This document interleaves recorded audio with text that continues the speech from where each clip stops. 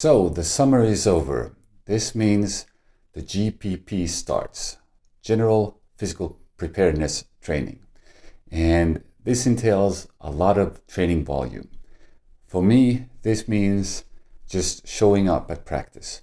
And I think it's always a good idea to train alone, but also with a group. And especially during this type of off season, there's no competition, there's nothing ahead. The idea is basically to break down the body and prepare for training. So we're actually trying to increase the training capacity. And in order to prepare and really break down your body, it's always helpful to have a team and to have a coach. So what I personally do, and I've been doing for years, is I participate in athletics and I train with people that are younger than me, that have more energy than me, that are willing to show up. And by training with them, it's quite hard on your psyche.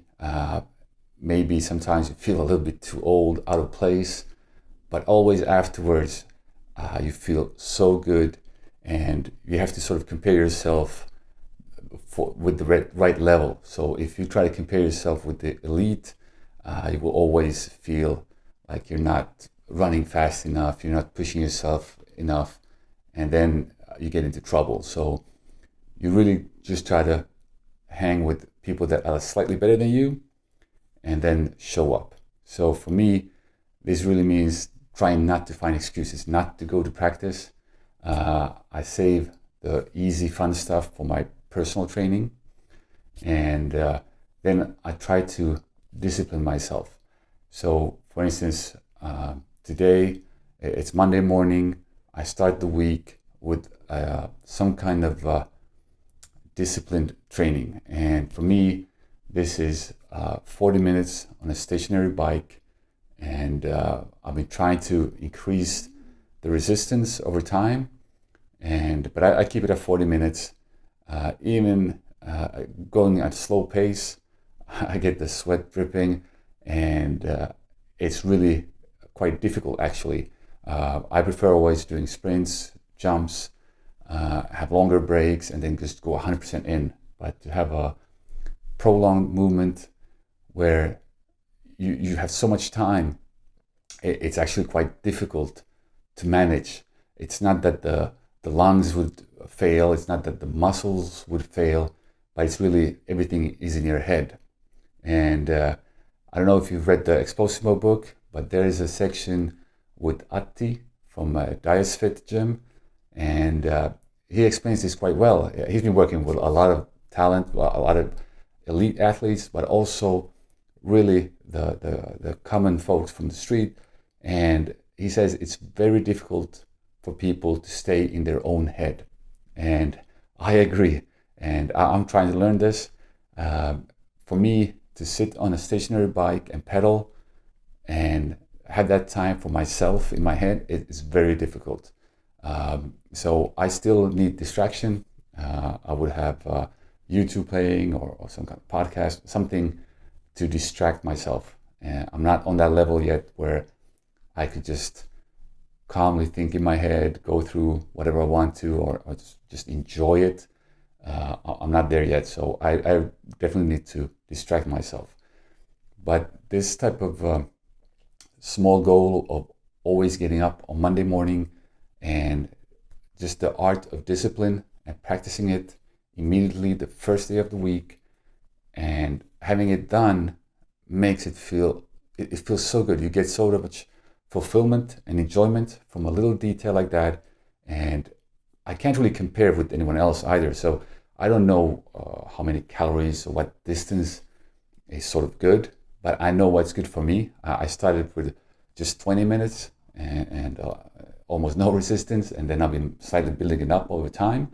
And at the moment, I'm doing this twice a week, and it's a morning thing. Immediately when the gym opens, I'm there. I do the 40 minutes, and actually, what has happened is I've sort of evolved a bit here. That because I'm so dripped in sweat, I actually pack 2 bags when I go to the gym. So I have twice everything. I got 2 shoes, 2 shorts, 2 shirts, whatever, And I do the 40 minutes on the bike.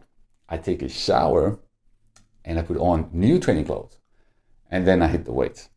And this is something I tried first just to change the shirt, just to feel better. I tried to do weights after doing the bike, and I just don't feel good. So imagine yourself when you're done your sport, whatever it is. Maybe you play tennis, maybe you play ice hockey, and you had your practice, you take a shower, and you go outside. And usually you feel amazing. It's like, wow, what a feeling. So I'm trying to recreate that feeling and then start training with weights. And because it's so different, it's not that easy to switch.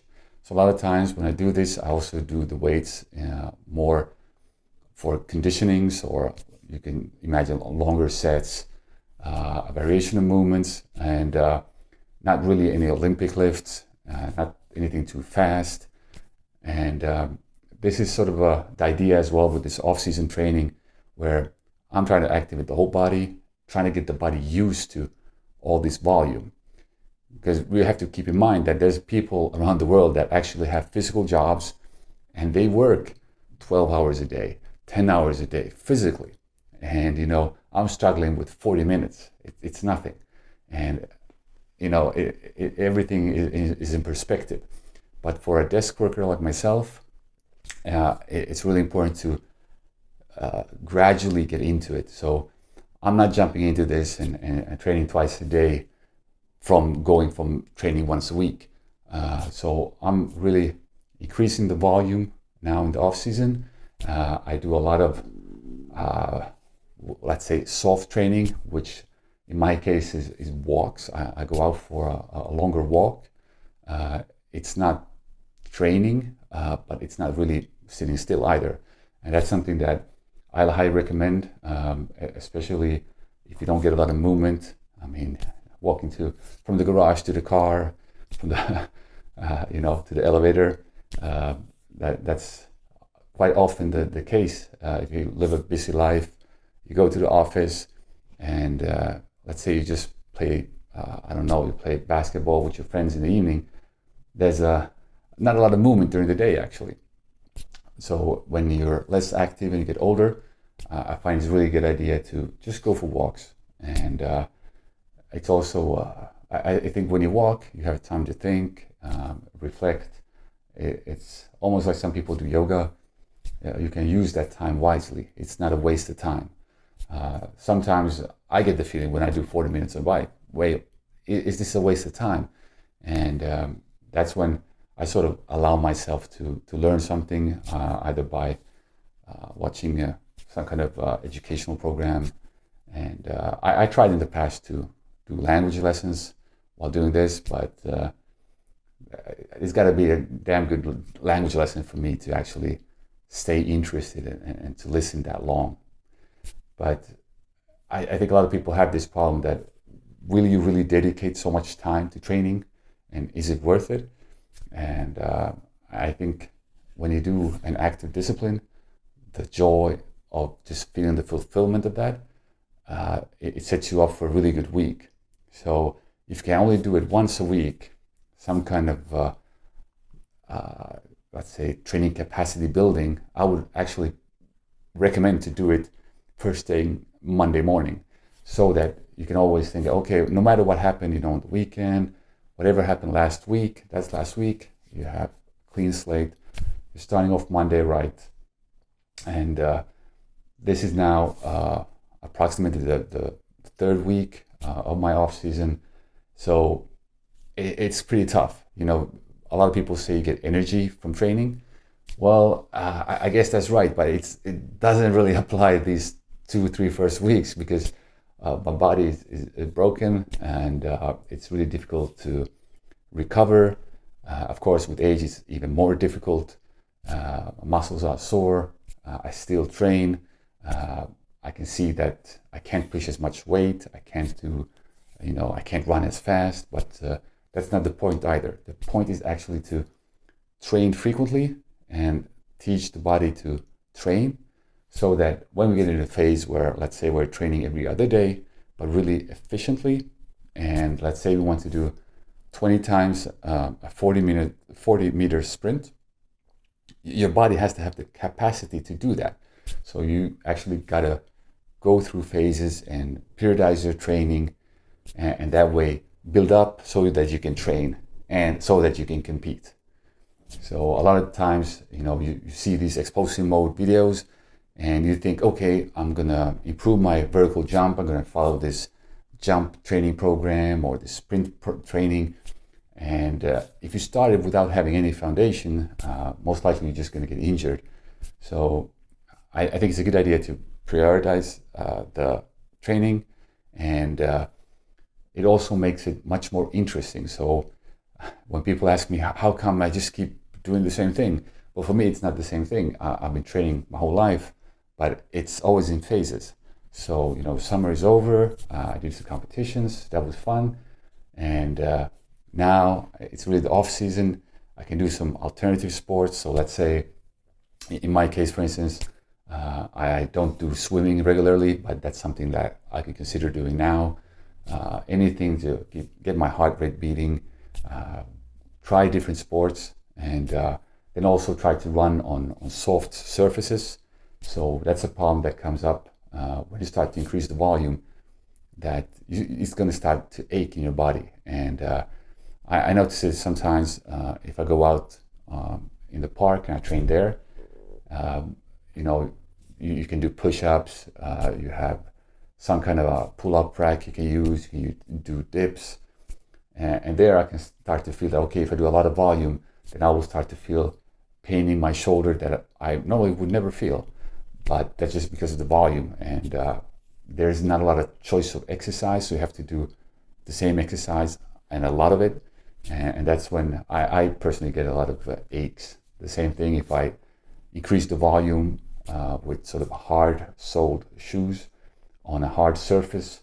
So if I go to the track and I start running there, I got to make sure I have, thick soles on the shoes, and if possible, run on the grass or then in the forest. So that's also something that's I highly recommend, that if you have the possibility, go to a nearby forest, do some uphill running, and that way you can build up your capacity for training.